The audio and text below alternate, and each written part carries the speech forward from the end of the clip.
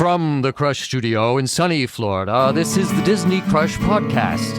And now your two tempests in a teacup, Dave and Tony Ann. On episode 446 of the Disney Crush Podcast, it's a carousel of What Are You Thinking? I'm going to share a little bit of history with you. Tony Ann is not in the studio this week, but don't despair, she will be back very soon. But until then, I've got a little Disney history, and we're going to talk about it on this week's Disney Crush Podcast, coming up right now.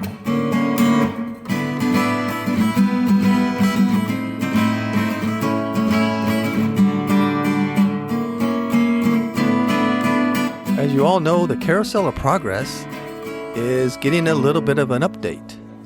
And on social media, the firestorm has happened. You got the side that thinks that nothing should be done to it. Leave it alone. It's great. It's great just the way it is. Don't touch it. You're messing with history. You're messing with Walt. Just leave it alone. It's already been changed, but we're going to get into that in just a little bit. But I started thinking about this, and I was wondering, has anything in Walt Disney World not been ever touched? Has anything in Walt Disney World, any ride or attraction, ever not seen some kind of an update, some kind of an overlay, some kind of something that's changed it from its original format, from its original theme? I don't think so. I mean, if you know of one, please let me know. I think that possibly I thought about this for a long, long time, and I thought, what one ride or attraction has never been touched? Is it A Small World? Is it the Tiki Room? Think that most people don't realize that everything in some way, some shape or form has probably been changed, and maybe not in a large scale, but maybe in a way that you didn't even notice and are unaware of. Let's take the Tiki Room. And I'm doing this for my dear friend Deirdre. Deirdre, the Tiki Room. Yes, the version you see today is not exactly the same as the original in 1971. Walt Disney World version, although it is much closer than it was in the late 1990s, 1971 to 1997 was the Tropical Serenade. When the Magic Kingdom opened on October 1st, 1971, the attraction was called Tropical Serenade. The main show was essentially the same as Disneyland's original Tiki Room, although Walt Disney World's version had a different pre-show. Okay, let's go to 1998 to 2011. Under new management, Disney dramatically changed the attraction in 1998. Who would have thought the Tiki Room could even be touched or even messed with? Deirdre, I'm so sorry. Disney dramatically changed the attraction in 1998, creating the Enchanted Tiki Room under new management. Disney characters, new songs, dialogue, and effects were added, and the classic show was reworked. Disney characters from Aladdin, from The Lion King became the hosts. New songs, dialogue, and effects were added. In 2011 to the present, return to the classics. After a fire in 2011 damaged part of the attraction, Disney decided to restore the original style show. The attraction reopened as Walt Disney World's Enchanted Tiki Room, removing the classic birds and much of the original script and music.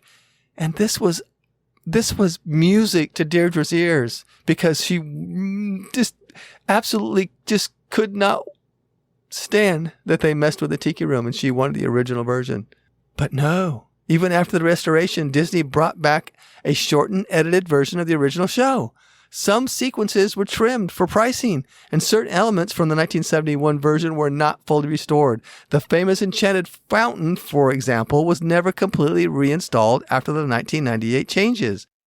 For Disney history fans, the Tiki Room is fascinating because it's one of the rare cases where Disney actually reversed a major modernization and returned the attraction to a more classic form. The Tiki Room, one of the few attractions where Disney essentially admitted that guests preferred the classic version. So they went and changed it and messed around with it. And what they do, they try to take it back to this original version. So is anything sacred anymore? Is anything sacred? I don't know. is anything in Walt Disney World sacred. If you've been listening to the Disney Crush podcast, then you know one of my favorite, most rides that I cannot not do when I go to Walt Disney World is It's a Small World. I just absolutely love that ride. But I have to tell you that no, It's a Small World at Walt Disney World has definitely changed since its opening in 1971. Although the changes have been much more subtle than attractions like the Tiki Room, Country Bears, or Journey into Imagination. In the 1970s, Disney removed a scene featuring laughing hyenas alongside African children. And in the 1990s, additional dolls were added to better represent certain cultures, including Chinese figures. In the 2004 to 2005 refurbishment, the attraction received a new sound system, updated lighting, a redesigned entrance and loading area, and a refurbished exterior. Completely different than Disneyland. Disneyland's exterior is pretty cool. Pretty cool. If you've never seen it, check some pictures out. If you've been there, you know what I'm talking about. In 2010 and 2016, more audio improvements, animatronic repairs, and replacements and updated technology in the farewell scene was made. And in 2021, the exterior was repainted for the Magic Kingdom's 50th anniversary. Who would have even thought? Did you even notice that? Did you just not even notice because you're so enamored with the It's a Small World like me? Like you just don't even pay attention. You just want to get on that ride so bad. You want to hear that song, that beautiful, wonderful song that gets stuck in your head forever. I long for that song. I just long for that song. In 2023 between 2023 and 2025, Disney added more inclusive doll representations and incorporated a new final verse written by Richard M. Sherman before his passing.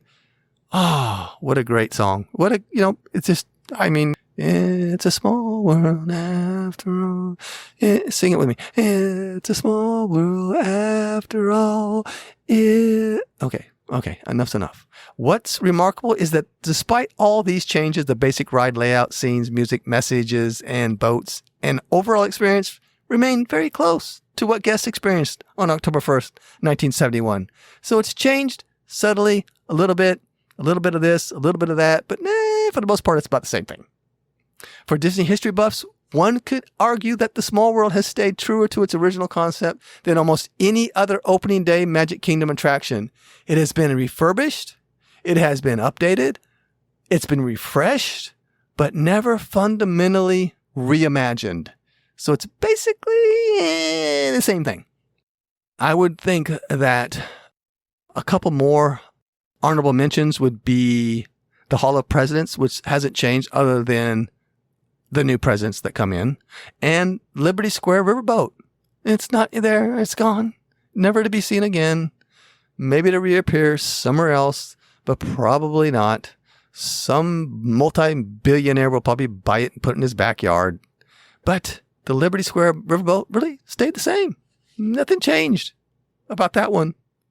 So I would think that the Small World would have a very strong case for winning that debate until the Carousel of Progress. Now we're at the Carousel of Progress. Let's talk about the Carousel of Progress because, man, let me tell you what, on social media, it has become quite the conversation.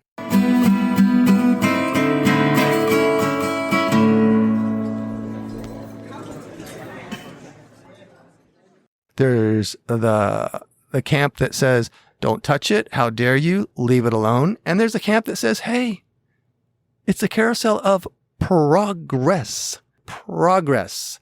We need to progress. And progress is what we want to see. I mean, how long can you stay in the 90s? We got to move along. We got to show the new era. We got to keep improving. Things change. Who would have thought that Pirates would ever change? Who would thought that the Country Bear Jamboree would ever change? I mean, things that you think are untouchable are not so untouchable. Disney will touch them, and they will tweak them, mess with them, and probably make them better. So we should be thankful that they're maybe making them better. Sometimes they don't. Like Journey into Imagination. Oh, Oh, did I just say that? I said it. I said it. Yes, I said it. Yes, the original. Leave it alone. Just what did you guys just mess with everything? Sometimes they can mess with things too much, and it just, you get to a point sometimes in life where you start messing with something, and then you think, oh, I'll make it a little bit better. But really, what you're doing is you're just taking a step back because you keep messing with it, and then it just becomes worse than it was before. Sometimes you got to learn when to stop, when to take it easy, when to pull those reins, if you will. Pull the reins. Okay. So let's talk about the Carousel of progress, shall we? Are we going to mourn the loss of the Carousel of progress, or are we going to embrace it and rejoice in the fact that we're going to get a new, upgraded Carousel of progress? I'm in the camp of, I want to see the new version. The old version was great. I enjoyed the old version. I'll never forget it. But if I really want to see it, I'll just look at old videos. Honestly, I'm looking forward to the new stuff. Okay? And Disney did announce that the Carousel of Progress is getting its biggest, not just the smallest, not a little bit, but the biggest update in decades. And it's much more than a simple refurbishment. And the closing date, it will be closing beginning July 6-ish, I think they said. And reopening, Disney has said it will reopen sometime. I love this. Disney does this. Well, you got to keep yourself open. So sometime in 2027. No specific month has been announced yet, but we know it's just sometime in 2027. What's changing? Let's talk about what's changing. Disney is keeping the spirit of the attraction, including the Sherman Brothers classic song, There's a Great Big Beautiful Tomorrow, because you should not, you shall not mess with that song. Absolutely do not ever touch that song. Leave it alone. That's written in stone. Don't touch the song. And they're not going to. There you go. The scenes are being significantly updated. A new audio animatronic of Walt Disney will be added. Love it. I think it's absolutely appropriate. This is going to be great. I think it's going to be awesome with the technology and the animatronics that they can do now. And Walt, I am really looking forward to this. I mean, we have Walt sitting on a toilet in the middle of Epcot. We need to upgrade. I digress. Okay. The story will be retold through updated decades. One scene will focus on the 1969 moon landing.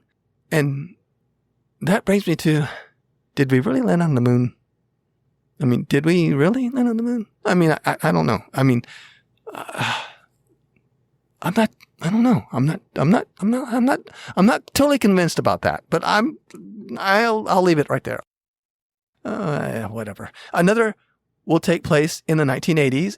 Another will depict the New Year's Eve 1999 and the arrival of the internet age. And if you're around then, if you're old like me, when everything changed to 2000, we thought it was going to crash and that was the end of everything. And guess what? Everything was fine. Everything was just fine. Okay. Disney says the attraction will still follow John, Sarah, Rover, and the rest of the family through different eras of American life.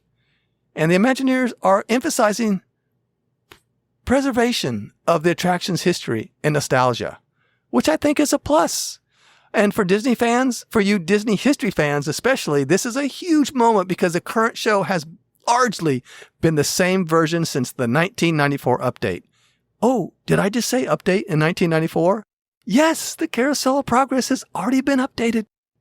And the 2026-2027 project will likely be the most substantial change to the Carousel of Progress since then. Since they've already updated it. Yes, it's been updated. So it has been touched before. Let's don't get all crazy. Things change, called progress. And should the Carousel of Progress be preserved as a time capsule? Or should it keep progressing? Let us know. Let the Disney Crush know. Let me know. Let Tony Ann know. Do you think that the Carousel of Progress should be preserved as a time capsule? Or should Disney keep their greedy little hands off the Carousel of Progress and leave it alone? Just leave it alone. Let us know. I'd love to find out. I think the Carousel of Progress is a good thing. I know, you history buffs aren't going to like that, but it's already been touched. It's already been messed with. I think it needs a little bit more upgrading. Look, let's look at the new things that have arrived in Disney. Like, let's see, Flight of Passage in Pandora, the Navi River ride. Do you think in 10, 15 years, if they come in and say, we're going to replace the shaman with who knows what's going to be happening back then, how many movies are going to come out by then, and what we could possibly see there, would you not be for an upgrade of that? I always said that they missed the mark on that one. I know they wanted 2 attractions. I get that. But I always felt like they should have combined the 2. I think you should have started on the Navi River ride, and as you flow through the creek and you're going through and you get to the shaman, I think it should have taken you into the Flight of Passage. I've mentioned this before, and Disney's listening. I know they listen. I know that, Josh, I know you're listening. You should have done it. They should have done it back then, and you're thinking about it. But you don't want to do it because I said it years ago, and I might have I don't want to say, just throw me a little ching. But maybe that would have been that would have been awesome. Somehow, I don't know. You could have weaved that in. Oh my gosh, how great it would have probably been the most epic ride. Epic universe. Oh, we talked about that last week. Anyway, it would have been the most amazing ride ever if you combined the 2, in my opinion. Maybe you paid double for it. I don't know. Maybe it's like the new thing, like something new, like something never seen before in Walt Disney World. Disney, no, you're not going to get a 4-minute ride. You're not going to get a 2-minute ride. No, you're going to get a 20-minute ride through the history of Flight of Passage, and you're going to go through the rivers and creeks and then into the Flight of Passage and fly on a Banshee. Yes, I know. Thank you. You're welcome. And I should be an Imagineer. And even though I'm old, you just contact me at thedisneycrush.com and I'll be happy to put my application in. I mean, who would have thought that pirates could have been messed with? But they messed with the pirates, right? I mean, they messed with the pirates. Country Bear Jamboree. I mean, who thought leave Country Bear Jamborees alone? What are you going to do? But really, it's better. It's better. The Country Bear, if you haven't seen it, Country Bear Jamboree, you're going to be very, very surprised. It's better. It's better. It is. I'm sorry. It's better. It is. Splash Mountain. I mean, look at Splash Mountain. Look at the refurb they did there. I mean, it's not better. It's not better. That's one they messed up. Sorry. They messed it up. There's no storyline. I mean, the ride's fine. Everything about it's good. It's fine. Everything's good. Everything is fine. It's just, there's no story. It's like discombobulated. It's a little whatever. It's the Splash had the whatever. I'm going to leave it alone. It's not better. It's not better. Some things they do mess up. Great movie ride. They took it away and gave us a Mickey and Minnie's Runaway Railway, which was their first ride ever in any park ever, anywhere. And it's just okay. It's not like spectacular, epic, amazing. It's just okay. Yeah. And that's not good. No, that ride should have been epic, amazing, unbelievable. I can't believe they did that. The most amazing ride I've ever seen in my life. That's what they should have done. But they missed the mark. They really did. Sorry. It's just okay. What else? Because I'm on a roll. I'm on a roll. I'm sorry. I'm on a roll. Maelstrom. No, forget it. No, forget it. Whatever. Whatever.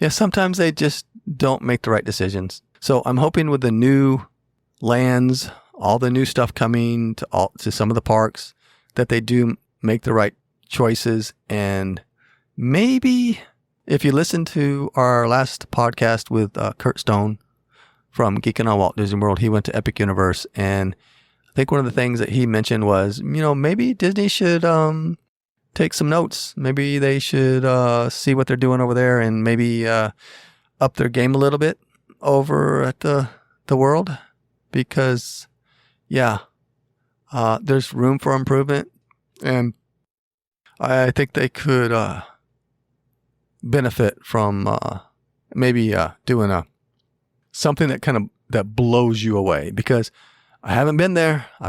We've had several guests on the show that have been to Epic.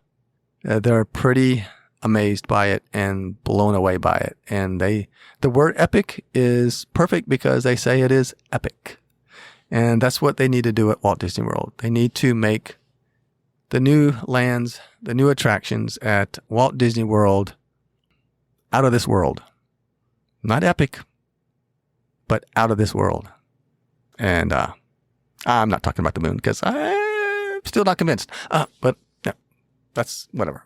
Anyway, so that's my take on it. I don't know what your take on it is. Leave us a comment. I will maybe make a post. I will make a post about this on our Facebook group, the Friends of the Disney Crush, and you guys can comment and tell me, hey, Dave, you're full of shiz, and just leave it alone. Or no, Dave, you're right. It's the Carousel of Progress, and it's time for a little bit of upgrade, and we're not going to get upset. We're going to be happy with the progress, and we can't wait for the new stuff coming.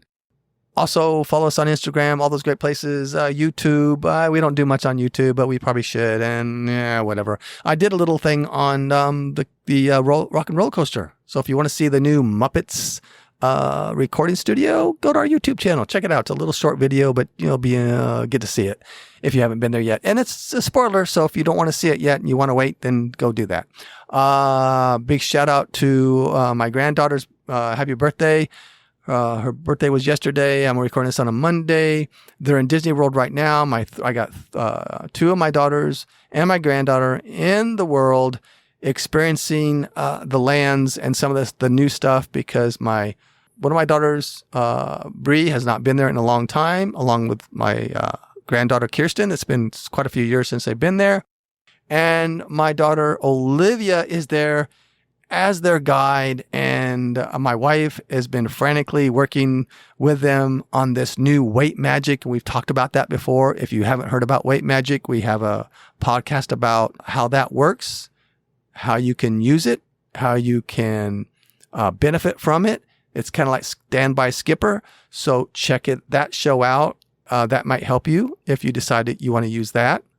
It's working out for them, and we may do a show on that if I can get them wrangled in and get them on the show. Other than that, I don't think there's anything else other than a big shout out to Kurt Stone from Geeking on Walt Disney World. We just did a crossover show. We recorded with him, and he put it on his podcast. We put ours out. So we did a little bit of collaboration. Appreciate everybody over there. And so check that show out. What else is going on in the world of the Disney Crush? We've been kind of tentatively, sort of talking about maybe doing another meetup. So the information on that will leak out slowly, see with what the response is. But we have been kind of talking about that. We do miss some of the meetups that we used to have. We haven't had one in a while, so we'll figure something out. But I know that Kurt and some other people will be over the end of September. I think Kurt is going over, I think he mentioned on the podcast, September 19th, which just so happens to be my birthday. Just saying. There is that. So maybe we'll get over there. Maybe we'll do something. I think he might be an Epic there. I think they're going back to Epic, so I'm not too sure. We'll see what happens. Appreciate all of you so much. Ever think for 1 second that we don't appreciate you? We are so thankful for your donations to Patreon. It keeps this show running. And as they say, it helps keep the lights on. So we appreciate each and every one of you. And thank you to our Patreons. Thank you to all of you if you just listen. And if you can do anything, don't have to do anything, subscribe to the show, subscribe on our YouTube, and tell a friend, tell somebody about the podcast. And that's it. We just love you guys. We'll see you next week. Same time, same place. I think that's it. All right. Turkey and truth has spoken! Put a check on that. Can you do that, Dave? Can you put a check on that one?